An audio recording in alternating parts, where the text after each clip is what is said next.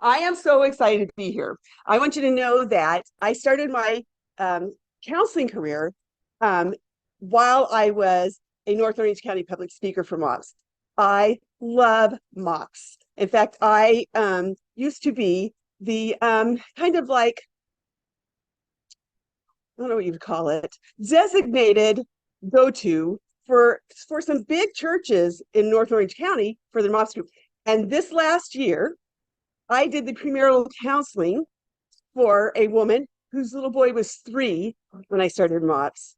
And so it's come full circle that now, and her daughter-in-law actually came to my Wake Up Your Tired Relationship with God class. So I feel really old in that regard. And also, I believe that your job is the greatest and most important job there is. There is none greater.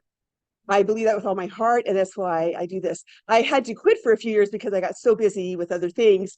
And when I got semi-retired, I thought, you know what, I need to go back to giving to MOPS. So thank you for being here. Thank you for your earnest longing for your child and for how you raise them.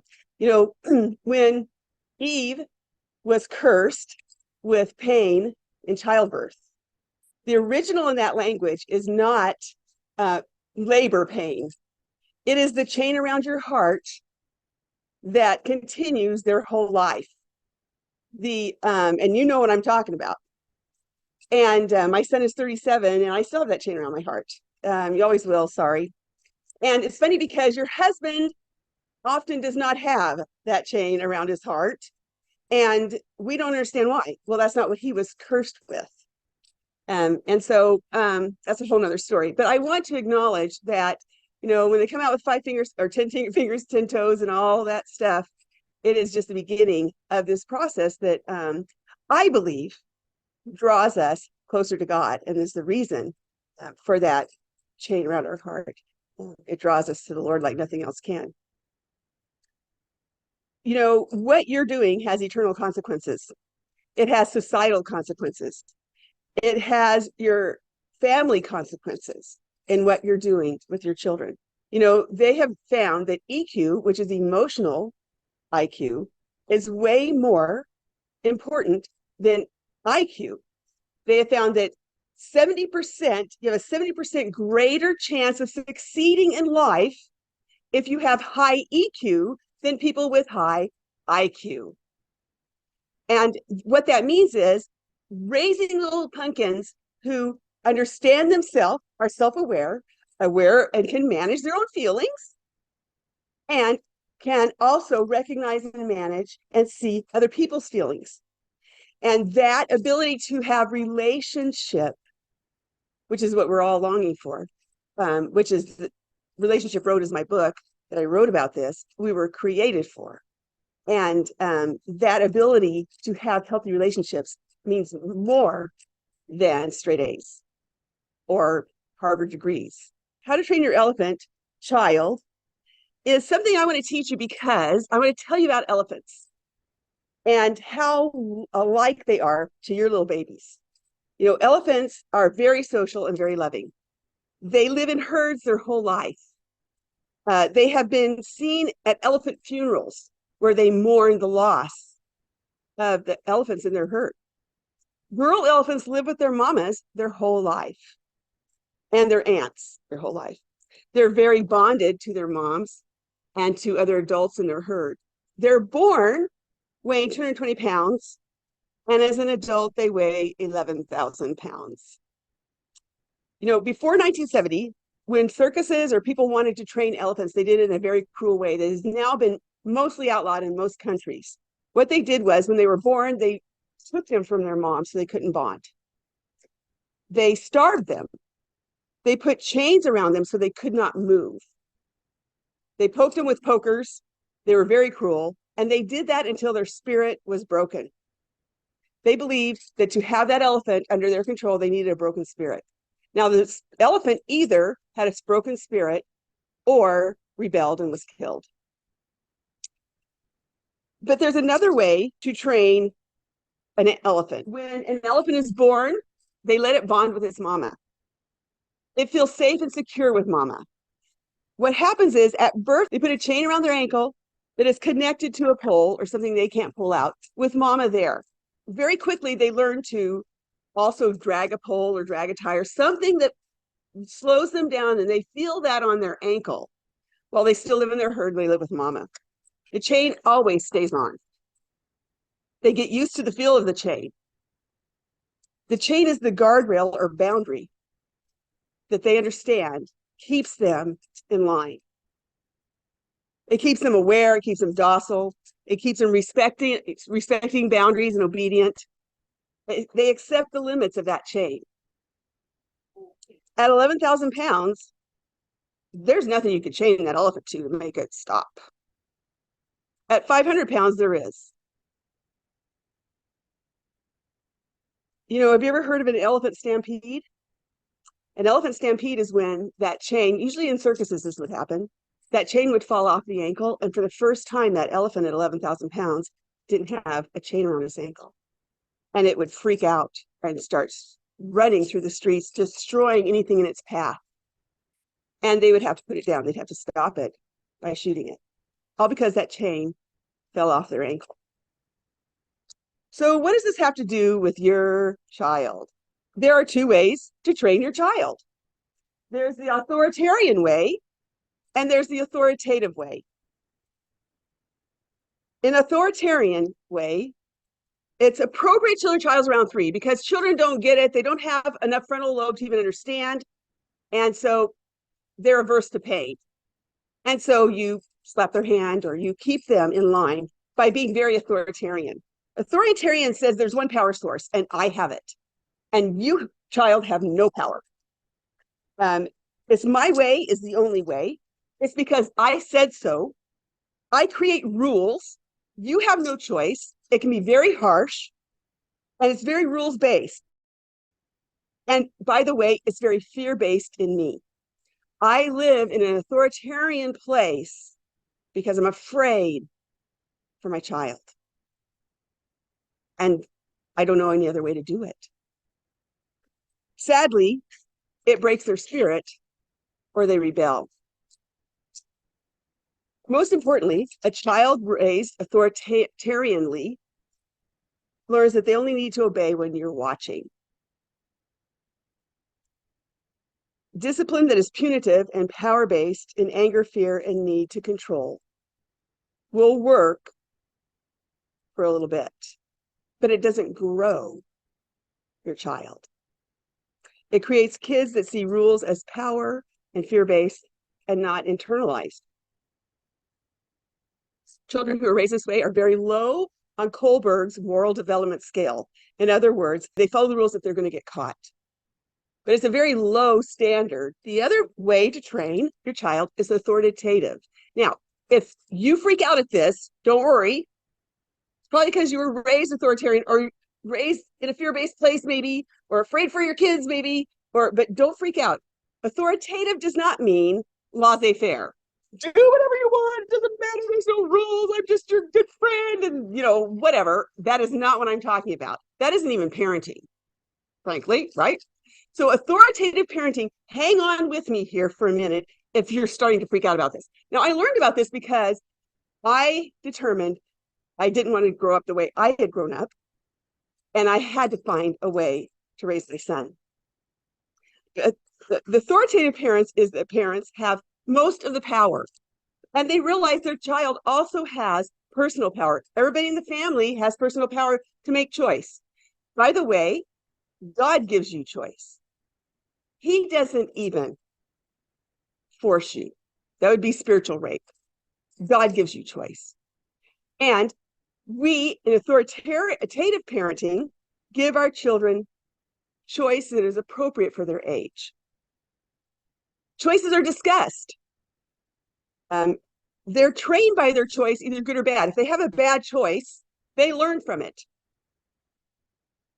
It's relationship-based, not rule-based. So it does take more time in the short run. Consequences fit the crime. Consequences fit the crime. The goal is to eventually take the chain off your child's ankle. More and more personal power is given them as they're able to choose wisely. Consequences are focused and measured in discipline. It teaches them personal power and responsibility. It teaches them confidence, self and other value, and it teaches them the accepting of rules because they want to follow rules. You know, the other thing about authoritative parenting and it being relationship based, I want you to remember this. Your child has an emotional bank, and you fill that bank by relationship connection with them. And at some point in your life, you're going to have to take a huge, huge withdrawal from that emotional bank. And if they do not have enough currency of your relationship with you in it, it won't work. An example of authoritative versus authoritarian parenting is, let's say Johnny is 8 years old and he wants to walk to school with his friends and not have mom walk him to school anymore. And there is a crosswalk of a busy street that he has to cross. An authoritarian parent says, no, because I said so. No, it's not safe. No, I won't do this. No. And if he sneaks and does it, or does it when she's not home, he gets massive consequences for it. An authoritative parent says, Johnny, I understand that you want to learn how to do this yourself. And there's choices you make when you walk to school alone. So I'm going to walk with you while you choose those choices and we figure this out together. And when you get to the crosswalk, let's see how you do this. And I'm going to gradually give you more and more freedom to choose to do this in a healthy way. Now, when I did this with Scotty, I will admit, I hid behind every tree, watching him go, making sure he was doing it because I was scared. And can you see the empowerment that gives Johnny? How good he feels about himself, how he's learned this, how he knows why. Big difference in authoritative and authoritarian parenting. The reason why is because there are two main principles in discipline. Rules without relationship breed rebellion. If your child is rebelling, it is because his emotional bank of relationship is overdrawn. Rules without relationship will breed rebellion.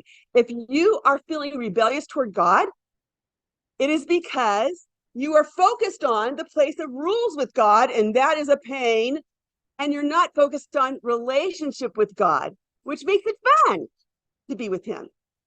Okay, let me give you an example of how this happened in my life. When Scotty was about 3, and we had a dinner party happening. And so usually I'm playing with Scotty, or we do things together, or whatever. This day, I needed the house cleaned. I needed to get dinner on. I needed to do all those things. And he was pretty much in my way. So yes, go, do, whatever. 7 o'clock comes around. We're all happy family, ready for this. Ding dong. The door opens. I say, Scotty, could you take their coats? And you know what he did? He flipped out. He flipped out. I didn't even have dinner that night. I heard it was good. I'm not sure it was worth the price I paid for it. But he said, no way. You're not done. I'm rebelling. There is no relationship here. Rules without relationship breeds rebellion. The second rule of discipline is relationship without rules breeds contempt. What do I mean by that? If I'm all relationship and there's no rules, what I am telling my child is they have no value. To feel like you have value, you have to have boundaries. For instance, if you walk by a Ferrari, we grab the kids' hands, they don't touch, don't even get close because that thing has value. Throwing a paper towel away causes me no grief whatsoever because the paper towel has no value to me. When I do not have rules with my child, they feel devalued or valueless. They're the paper towel. And you know what, by the way, so are you. And that's where contempt comes. what, you don't even value me. Why am I valuing you?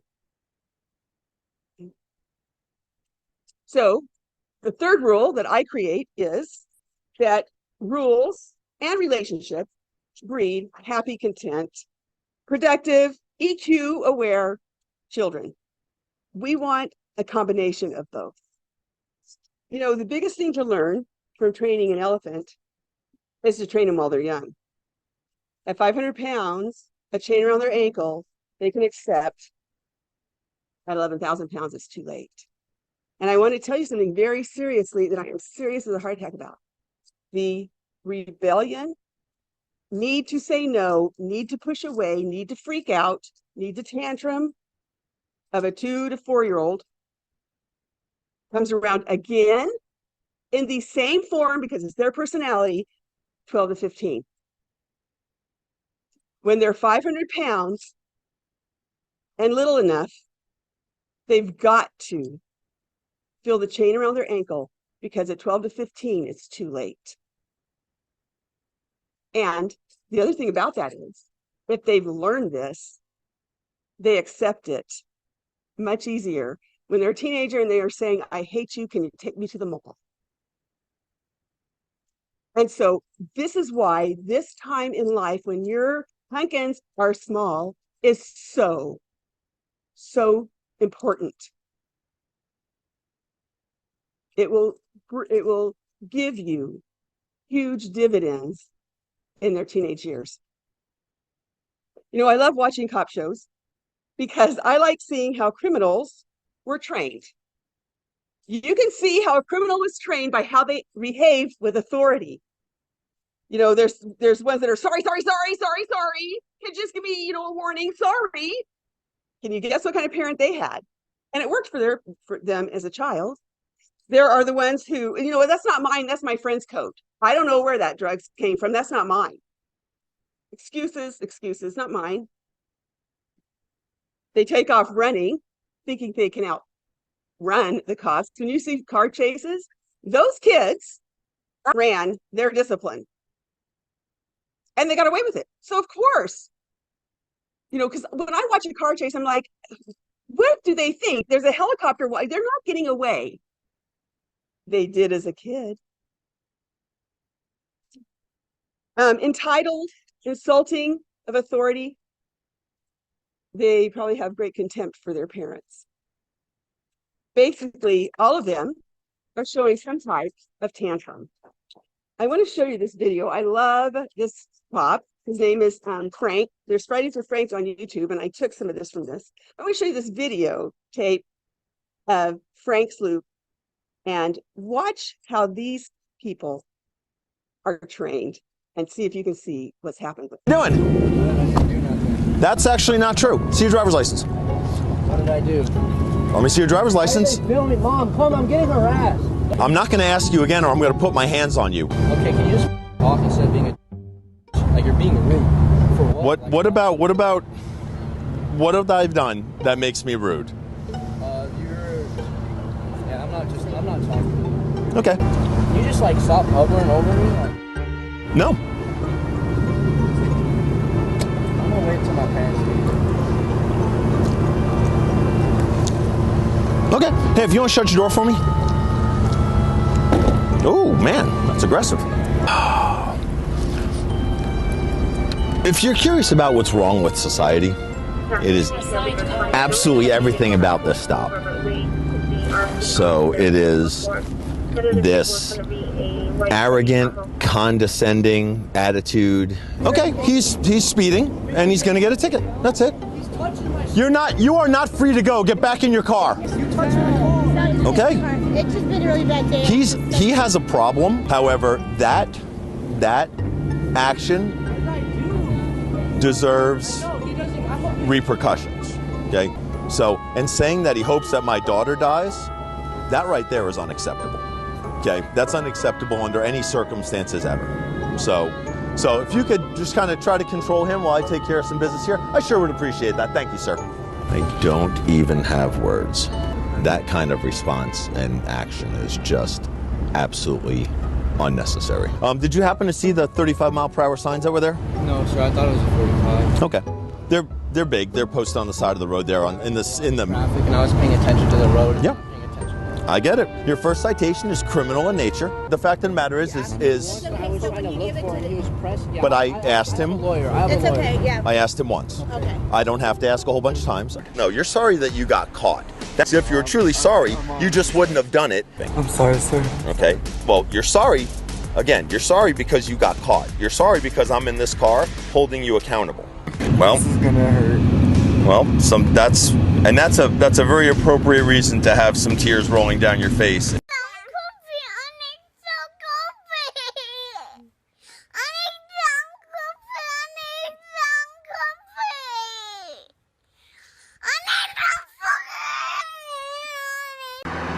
So now that we're done with all of the excuses as to why you're doing what you're doing.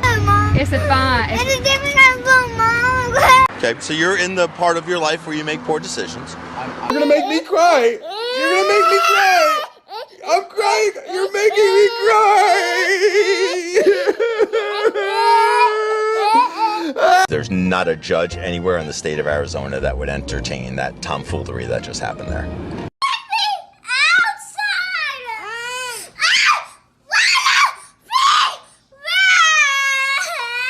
Terrible attitude.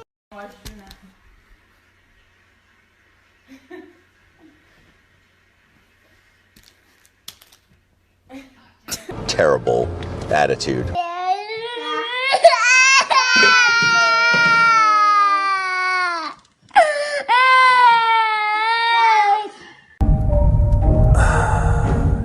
What's the matter?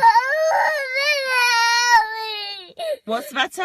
There's a hat. You also can't do that. Just let me go to my neighbor's house! No! I'm sorry. I do this for a living. You don't. I tell you how this works. Yes! No! Yes! No!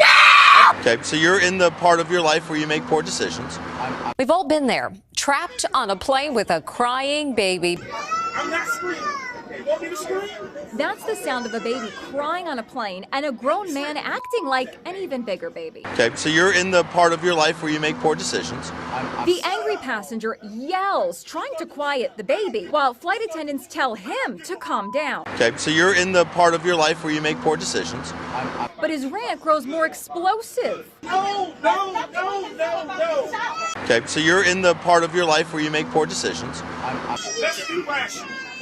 We are in a tin can with a baby in a echo chamber, and you want to talk to me about being okay?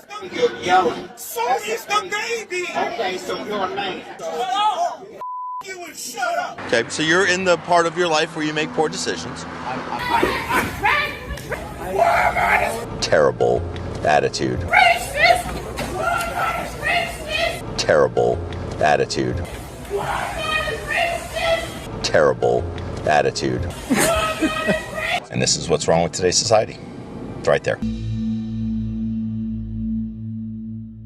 Just make better decisions. All those people, all those kids to adults were trained to behave the way they did. It's not a lack of training. It's training in a poor way that's created these kinds of situations and these kind of people. So I want to teach you something today that's a great way to train your children. Hold on to your hats. It works from 3 to 12-year-olds, and it's timeout. Now, don't roll your eyes. Wait. Don't say, I've tried this and it doesn't work.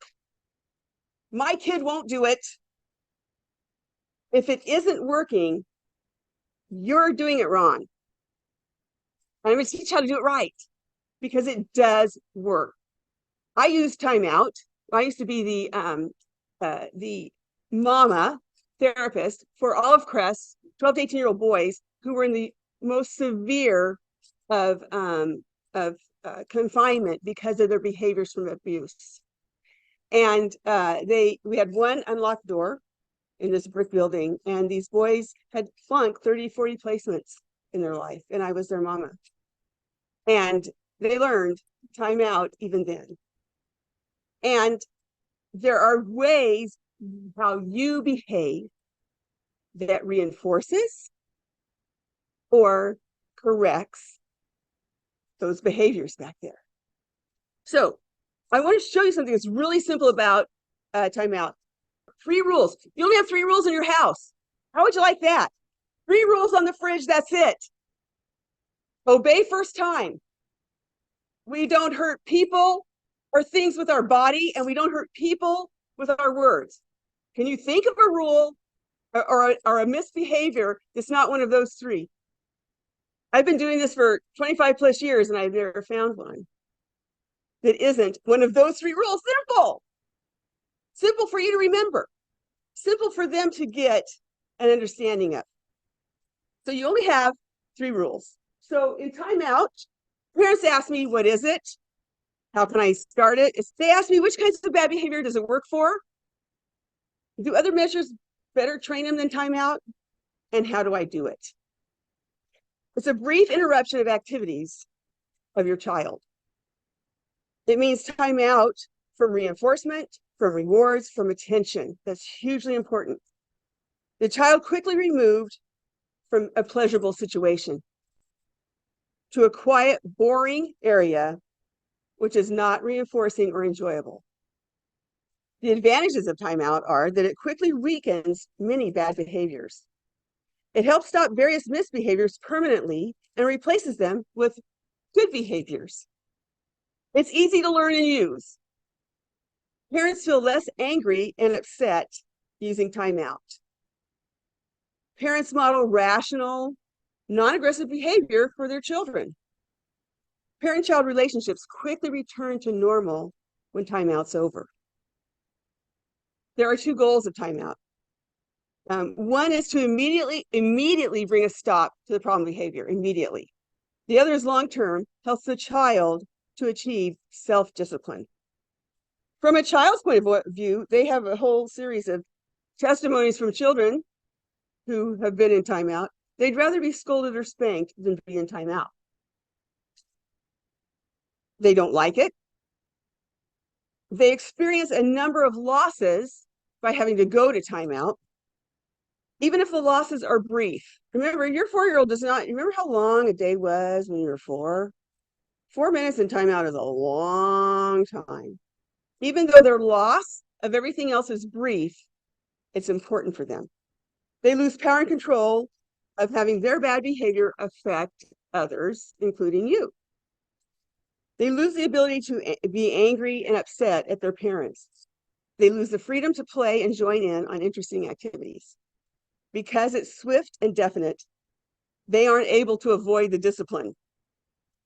They're usually irritated at their parent at the beginning of timeout and during timeout, but after timeout, they quickly resolve and feel good toward their parent again. The correct way to use timeout is this. It has to be 10 seconds or less, 10 words or less. You're hitting the dog with a stick, timeout. You're using your words to hurt Johnny, timeout. You are ignoring me and not obeying first time, timeout. That's all you say. There's no arguing about it. There's no discussion about it. There's no them getting to wait, what? I don't understand, whatever. It's all 10 seconds or less, 10 words or less. One of your 3 rules.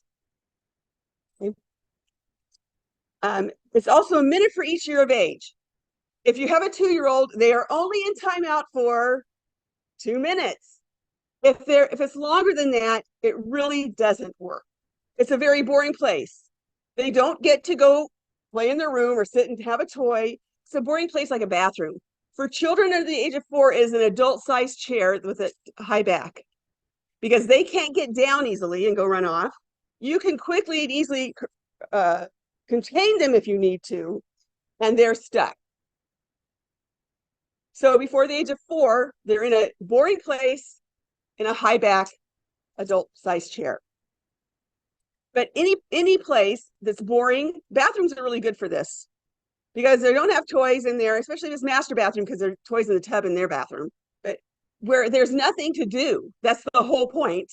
There's nothing to do. Okay. Afterwards, you ask them how come they were in timeout, and they tell you why. Okay. The other thing about this is you have to have a portable timer like this. You cannot use your microwave timer. You cannot use your oven timer. You cannot use your watch. You need to say timeout and set it down close to them. Will they hear it when it rings? Otherwise, how much time do I have left, Mom? How much time is there left?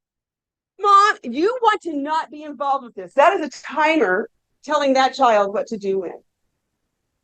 You have nothing to do with it. It's about that timer. And this is $8.99 at Amazon. And they give him the opportunity to choose and decide differently next time. Bad behaviors that are quenched with timeout. Now I'm going to give you a shopping list here, and I want you to come up with 2. Think of a child, one child you're going to do this with this week. And from this shopping list, you're going to come up with 1 or 2 behaviors you're going to focus on. Not all behaviors. Don't hit them with a fire hose.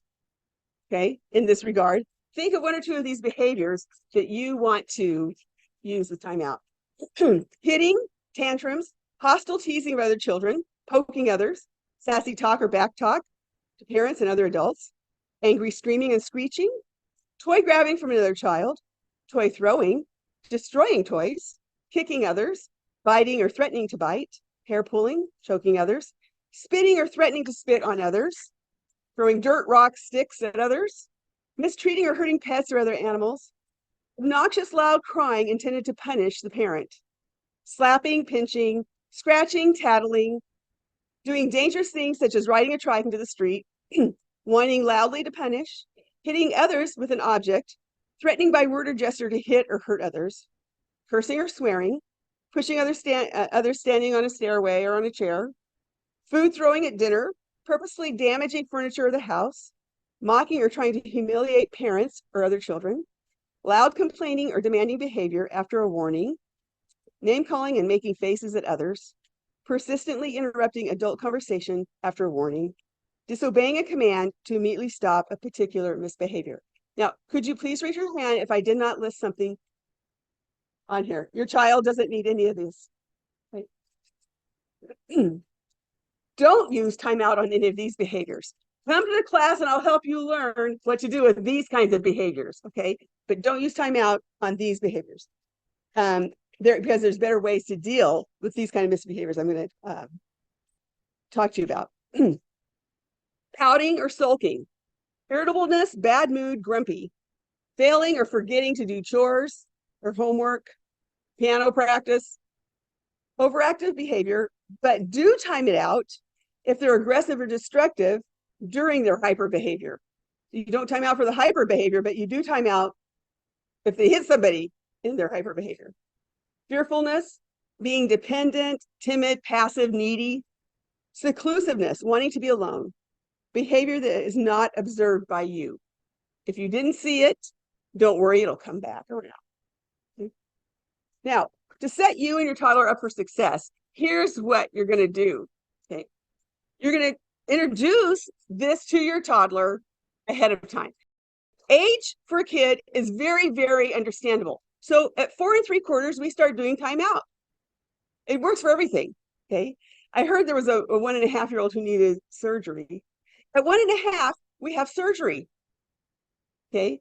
At 3, we do this. Okay. Whatever age your child is, they will easily and readily understand, oh, it's because I'm this age now. Okay. So the other part of training them, I love this approach, and this has worked so well. We did this with Elmo when my son was little.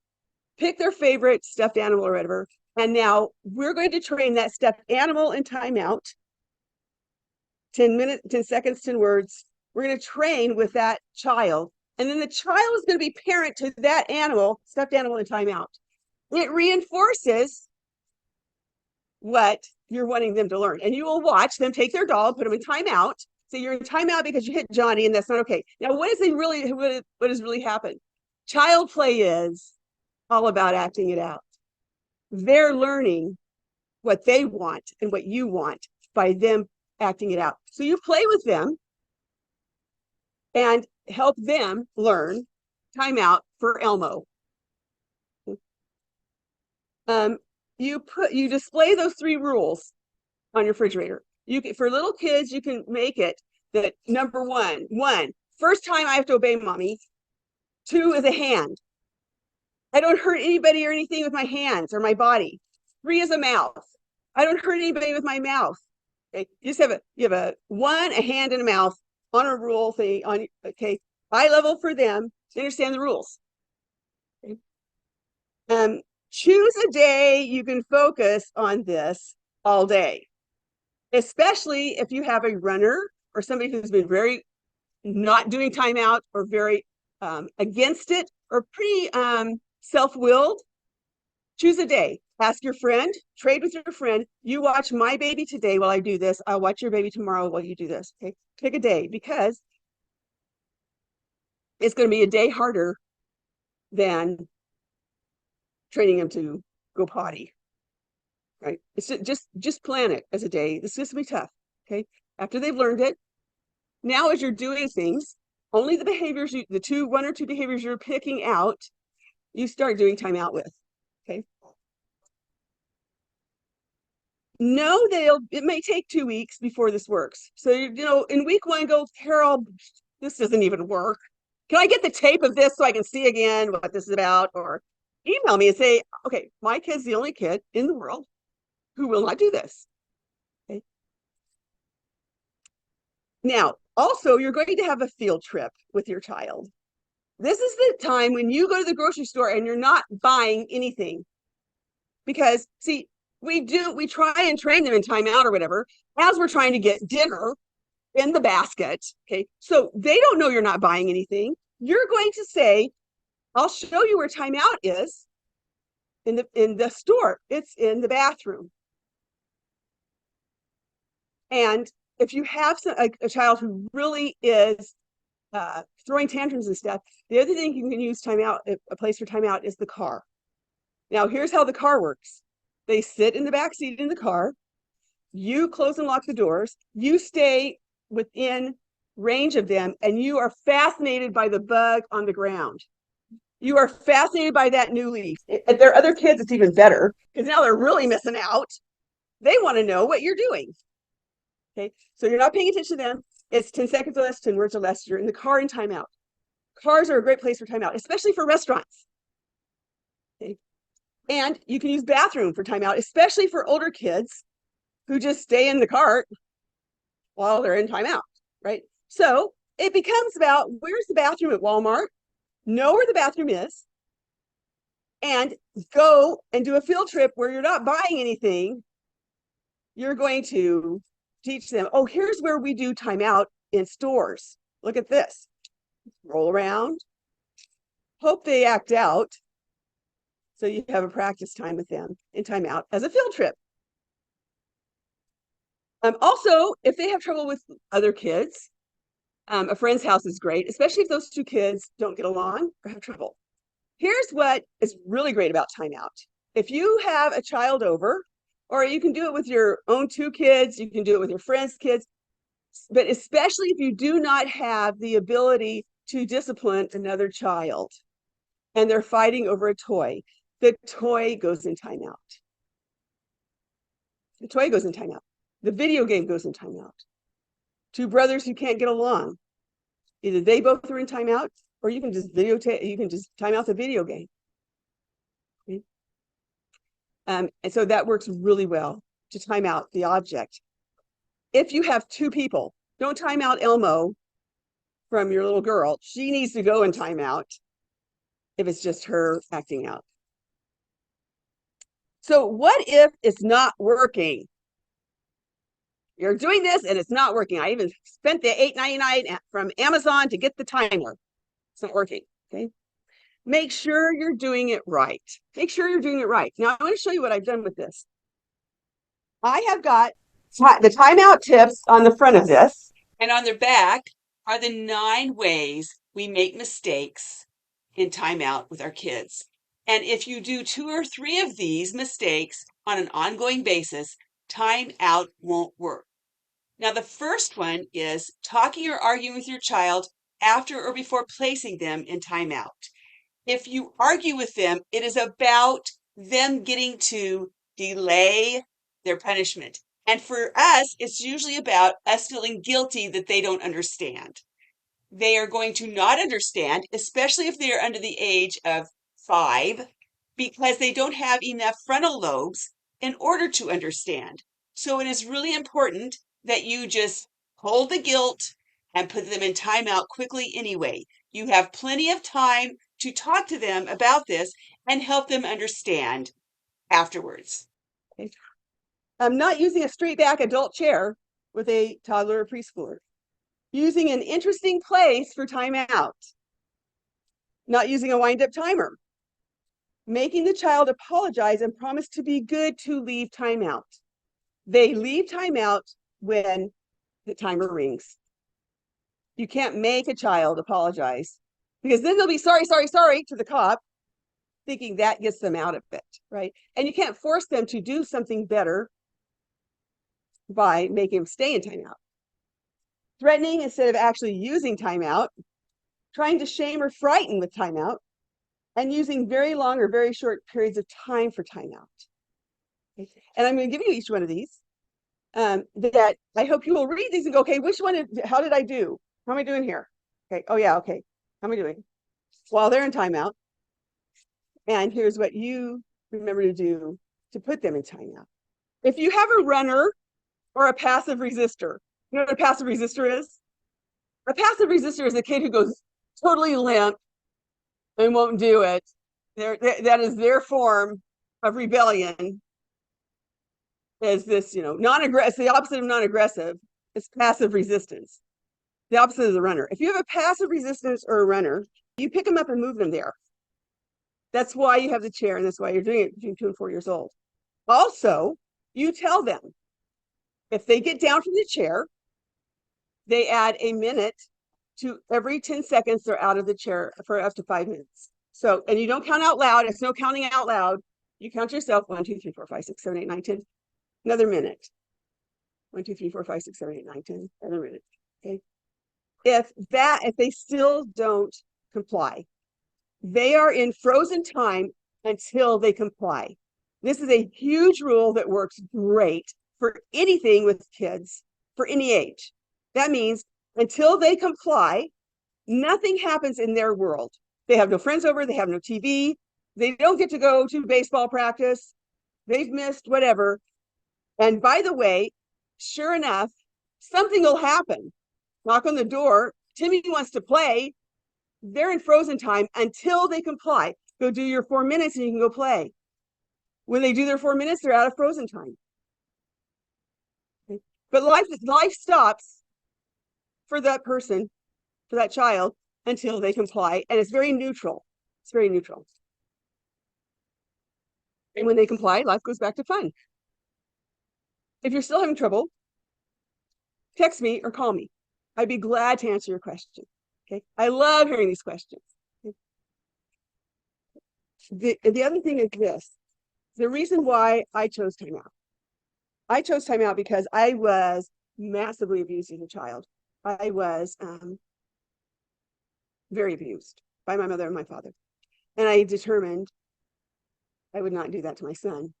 And so I did not believe that I could be in a healthy place if I was spanking my child. And I told him, this is after 3.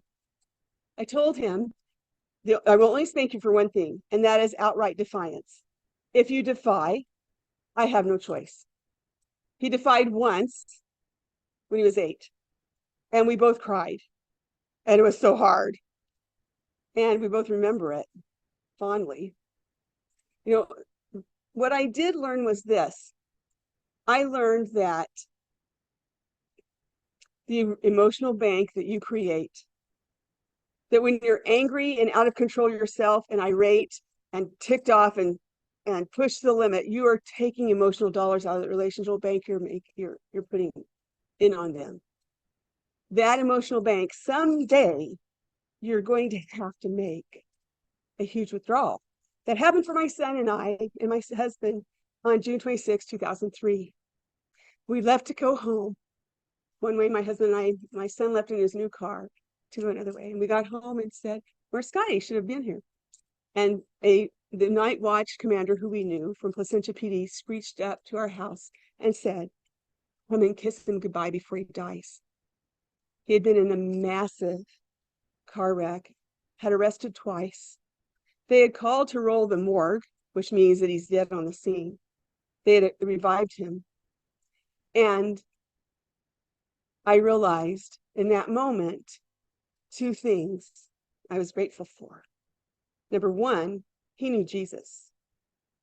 Because if you have a kid and you raise them and they don't know Jesus, what was the point? What's the point? And number two, we had a really good relationship. You know, he ended up having brain damage. He had a lot of injuries, horrific injuries. He ended up having brain damage. And when they sent him home finally, they said, get a 24/7 babysitter because he'll never be able to be alone. Today, you wouldn't even know you wouldn't know he has brain damage unless his brain chemistry gets messed up, and then it's a little difficult. He was ordained as a pastor about 2 weeks ago. And this is what the social worker told us when he turned 18. She said, the majority of homeless men between the ages of 18 and 25 are men with your son's brain injury. And she said, I haven't seen this kind of brain injured child, young adult, who wants so badly to stay in relationship with you and your husband. It's kept him through all ages and stages of things that have happened to him. God has healed him in so many ways. And it's all about what you put in their emotional bank. When you do time out right, you're not making withdrawals. That savings account stays. For you, you're not irate, in a rage, and for them. You don't ever know when you'll be called on to make that major withdrawal. I have had a blast talking to you guys, and I'm going to give you time to ask me questions and have you be able to tell me, you know, don't be afraid to say, that's totally cool. I'd rather we figure this out together. I love hearing people, moms' questions and what's going on and figuring out new ways of doing things or whatever. There's always a third option in life. We get stuck and in fear when we think there's only one or there's only two ways to go do something. Very few things are that black and white. Heaven and hell, God and Satan, those are black and whites. Okay. So does anybody have any questions or thoughts? Anything that's come up for them? And brother. So if he's throwing a tantrum that lasts longer than 2 minutes, we're gonna have to. Okay, so make sure, very boring. As soon as the tantrum starts, 10 seconds or less, 10 words or less, she's in the chair. If she continues, you put in the 2 minutes. If she continues, because she's two, there's two things you could do. You could, and it depends really on your personality. You could say, I'm adding another minute to timeout, and timeout starts when you quit screaming. Okay, so they don't get to punish you while being in timeout. Okay, now if they're a big tantrum screamer, here's another thing that works so great. Big tip, and this is like if they tantrum and scream when you drop them off for MOPS, or they tantrum and scream when you drop them off for Sunday school, or they tantrum and scream when they're going to have to go to timeout. What you do is this. If it's a timeout thing, you say to your pumpkin, you know, I know that you have trouble and you need to tantrum. So go ahead. It's morning. Go ahead and tantrum now and get it out of your system. You have to believe it and be very serious about it. You cannot laugh at them about it because that hurts their feelings. You have to really, truly believe They have a tantrum and they need to get it out. Prescribing that, they're going to go, no, go ahead. I don't want to. Now, what are you doing? What are they doing with themselves about that tantrum? They're knowing they can stop it themselves and they're choosing a different way. And you reward that. I see you don't want to today. Cool. Great choice. Want to help me do this? Okay.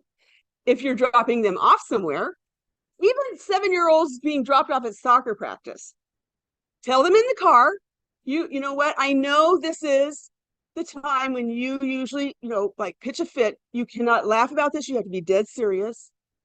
Go ahead and start that now. And we'll just get it on and over with. You know what they say? No, I don't want to do that. You don't want to do that? How come you don't want to do that? Well, I just don't want to. Now, what if they just told themselves? What kind of choices do they make? And you say, what a great choice that is. Thumbtack it with good. That's a great choice to make. You will be shocked and think I am the best therapist in the world if you have a child that does that and you do it. I promise. Okay. Prescribe the problem ahead of time and go ahead and let them do it. Okay. It really does work, and it is very, it works very well for timeouts if they're going to be a tantrum thrower. Does that make sense? Okay. Anybody else have a question?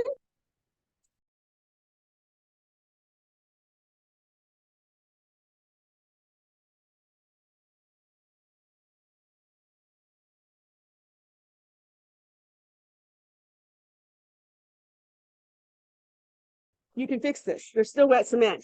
So today you say, hey, we have a new, because you're 6, 5, and 3, we have a new set of rules. Here's the 3 rules. Here's what we do with them. Here's how we're going to practice with them doing it to an object that they would do it to. If you have a dog, give it an animal. Yeah. Okay. Use your animal really well.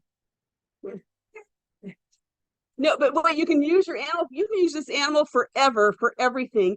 Help them understand authority parenting. So if Spot was acting ugly to the other dogs, we would have to take Spot and put him away by himself.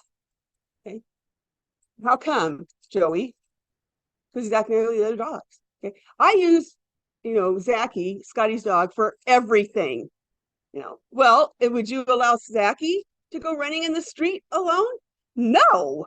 Why? Because that's just not right. Now, what has he just done? He's thumbtacked his own understanding and belief about behavior. Okay, so I would say do a day and plan 1 or 2 behaviors. Okay, tell them new way we do this now, because you're 6, 5, and 3 or whatever it is, because it's Tuesday, because whatever. Okay, and create this. If you get run, by the way, it's better if for a 6-year-old, he can be in the bathroom with the door closed. Now, you're not going to stand there and hold the door closed. If you come out, for every 10 that I count to in my head, you're added on a minute. At 5 minutes, your life is frozen until you comply. That means no toys, no TV, no friends over, no soccer practice, no, bummer. And so his life is frozen until he complies. At the moment he complies, which means he says, okay, now I've got 11 minutes, and I put it down and I sit in the bathroom, then he can do what he's wanting to do. Does that make sense? Okay. The other thing you can do if they're smaller is you can hold them on there. That is really tough because it also is interacting, which is what they want you to do. So if you get a high enough chair that your 2-year-old can't get down, really, that's cool. And when you put them in a bathroom, that's boring. There's nothing to do, and you got a door.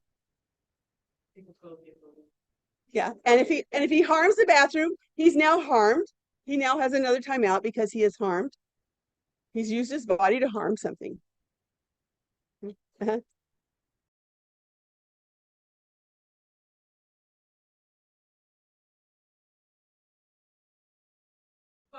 Breakfast tomorrow morning, you say, you know what, there's probably a time when you're going to throw a tantrum today. Okay. You go on ahead and get that over with now. Okay, prescribe it. Yeah. Okay, because in timeout from now on, there's a couple of things you can do. Every time you throw a tantrum, as long as you're throwing a tantrum, you're getting time added on. Okay, up to 7 minutes. That's a long time for a 2-year-old. It's a long time for a 2-year-old. Now, if it's too long, if it's too long, it only thumbtacks their bad behavior. Right. Like if Bethany had asked me this, and instead of me going and being neutral, if I'd gone, what a stupid question. I can't believe you asked that. Now, I don't remember what her question was or what a jerk I was. Right? I just thumbtacked my bad behavior. That's so they don't remember what they did wrong. And then it's about getting you to do that. Okay.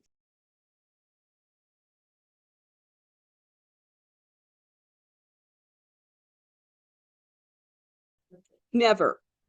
Okay, you're going to do other things for that, but what you are going to do is this. As they get older, you can do things like timeout starts when you're calm.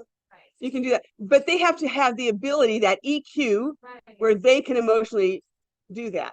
They're going to learn that by at breakfast saying no. Wow, how is it that you can choose to calm down yourself? Oh my gosh, that's so cool. How did you do that? Okay, so you are teaching them how to do that. When they can do that and they're punishing you by not doing it or by making your life miserable, okay, then one thing is you may be doing a couple of things wrong in timeout, that they've learned that. Secondly, you can say timeout starts when you are calm. Or you can say for every 10 seconds, you're getting another minute. The 10 seconds. That you can do, you'll know by your child. Okay, you'll know by your child, and you'll know whether or not they're doing it to punish you. Yes, they do it to punish you. Okay. They're really smart, and they are being manipulative, and poor things won't die. Okay. And so, by the way, you say, oh, good, here's an opportunity for me to be neutral, and they don't get away with it. Yay. Okay. So, but you'll know because of your children and how they behave with that, right? Okay.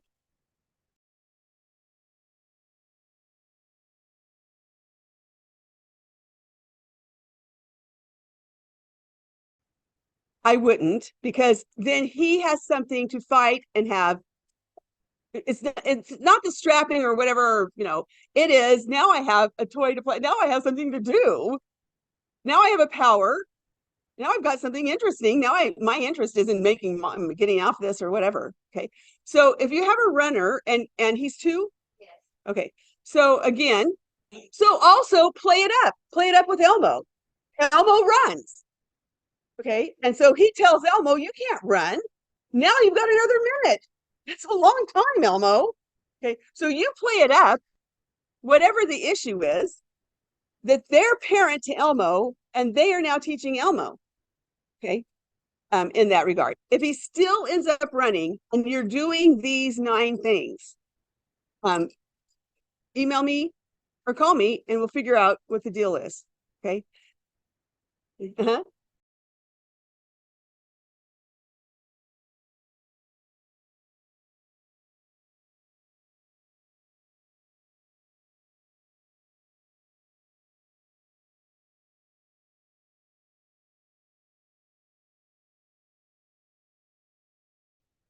It has to be it's a good question. It has to be solid in you. You have the rest of the whole day to chit chat and talk. Okay. It is really important that she understand, what you're describing is relationship without rules breeds contempt. At some point, she's going to be contemptuous of you. Okay. You don't want that. So it's really a place where in yourself, you go, you know what? And it's about you and your family. Okay. That's you're not them. And that's very different. And lots of times what we do is my mother was like this, so I am like this, right? And it's just as damaging. Okay. So she has all the time in the world to talk to you in 2 minutes. Okay. You have all the time in the world to talk to her in 2 minutes. 2 minutes, you can do this. Okay. I can do this for 2 minutes. I can do this correctly. And I can love my child enough to do this. I can set aside how yucky this feels because it feels like when I was a kid. If you can't, maybe get some help with that. Okay. I can set that all aside. And by the way, I feel really guilty and nothing bad happens. You haven't, it's not guilt, you've sinned. Okay. When your guilt is not sin-based, it's not real guilt. It's actually, there's a great scripture in Habakkuk 1:11 in the Amplified version that says this about the Chaldean army. And they sweep by like the wind and pass on, heaping guilt upon themselves, whose own control is their God. When I feel guilty and it's not about a sin, it's because of a control issue. I'm either, I think it's my fault. She's not going to ever get to talk again. She's going to, all her feelings are going to blob. And, I'm going to be just like, you're having a control issue problem. It's not a sin, but you've made control your God. You've made that more important than doing what's right for her and you. Does that make sense? It's great question. And thank you for allowing me to tell you that. But guilt is not sin-based. It's not about something you can get forgiven of. But boy, it can really harass us like crazy. Yeah. You're so welcome.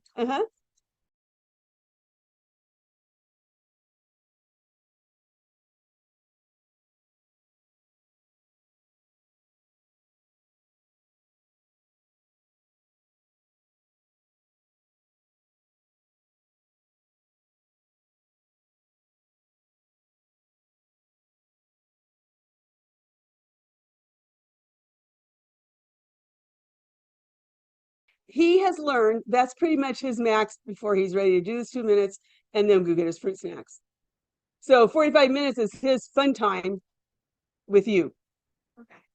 Okay. So he doesn't get to have fun time with you. When, and teach him the right way you're going to do this. Do it with Elmo. Nothing, you walk away, okay, until he's in the chair. Every time I count to 10 in my head, you're getting another minute. At 5 minutes, 5, 6, 7 minutes, now you're just in frozen time. That means you don't get to play with your toys. You don't get to play with your friends. Bummer, you can sit there, you can sit on the, but nothing fun is happening. So you can play. All over the house, anywhere. He doesn't get TV. He doesn't get to go to his, his little friend's house. He doesn't get the books read for snap time. And when he asks for something, go, oh man, as soon as you have timeout done, you can have it, especially at 2. Okay. So, and because his 45-minute thing is simply by then he's like, whatever. And by the way, he probably doesn't even remember what he's in timeout for at 45 minutes. Okay. But he's gotten this great focus of you, especially if he has a baby who's getting a lot of focus. Yeah. He gets a lot out of this. Okay. So it has to be neutral. You're not doing it. You just won't go there. The other thing you could do with him too is prescribe him running. Go ahead and get out of your system. Run right now, run as fast as you can around the house, as much as you want. Start at that, that place. Run, because now in timeout, that won't happen. So you again prescribe it. Okay.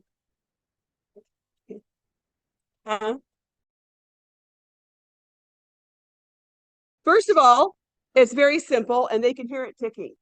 They're going to hate it. They're going to think it's stupid. They're going to say it's not going to work. They're going to fits. You're going to use it for 2 weeks. Count how many times the behavior happens. So if it's going to be about whining or yelling or screaming or fighting or whatever it is, count how many times today they do it. Keep track for the next 2 weeks. Okay. But you have to teach them what it is first, because if you just like pick them up and they're like, what? Okay. So you teach it by using Elmo. So here's how this works. Okay. You're Elmo's mom, like I'm your mom. And so I'm going to teach Elmo, show you how this works. And then we're going to play. We'll play with it. So Elmo, here's the 3 rules. What are the 3 rules, Elmo? Okay. He now is saying what the rules are in your house. Okay. So Elmo, when you break a rule, you have to go sit in this timeout, and you have to sit there while the timer's going until it goes off, and then you bring it back to mommy or daddy if it's a boy, and tell him, well, come, you're there. So you make Elmo do something, okay, that he's going to get in trouble for. We take Elmo to timeout. He sits there. Here's the timer. Timer's right by Elmo. He can hear it. Okay.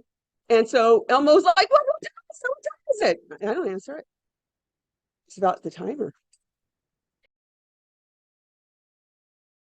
You can, yes. Okay. Yeah. Or buy what I had one for my car. I had one in the play bag. I had timer, the more consistent, the more they'll get it and comply. Because it's the same thing. They don't get to embarrass you at the store. Okay. You leave the cart, or you take the cart to the bathroom, and you do what you need to do. By the way, if you're embarrassed, don't be. All those parents around you are going, wow, this is so cool. I'm so glad they're doing that. Okay. If you're going to read their minds, read it to the positive, that they like what you're doing. But I really suggest you do it when you don't have the pressure that you're really trying. Do a field trip, do a friend trip, okay? Create those situations when you're not pressured, okay, for something else, okay? Does that make sense? Time for about one more question. Uh-huh.